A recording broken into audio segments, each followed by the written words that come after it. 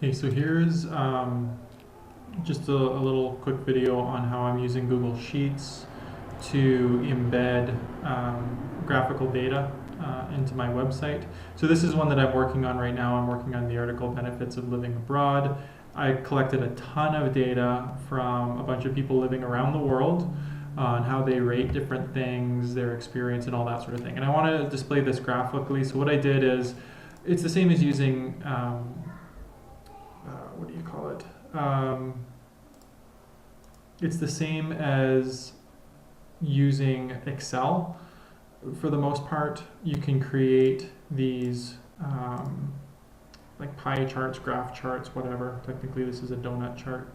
So basically, once you create this in Google Sheets, all you got to do is you select the graph that you want to use, hit Publish Chart, Embed, and then this is the HTML code right in here. So you just copy that, and then here's the site or my page that I'm working on right now.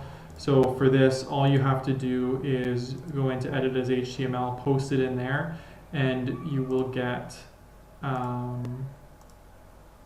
this showing up on your website using this embed function.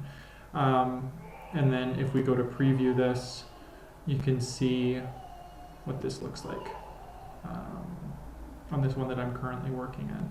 So it just puts this in, and then it's interactive. You can hover your button and it'll highlight the actual data. Like here, it's saying that 58.8% chose this one. That was a total of 94 people that gave this answer. So it's kind of cool. It's a little more functionality than just a simple table. And then this is also the bar graphs that you can convey a ton of information in a very simple way visually. So I like using it. I've used it for a few of my articles, and I've had really good feedback whenever I'm able to do this. So I'm definitely planning on continuing to do this. But this is basically how you do it. So you just use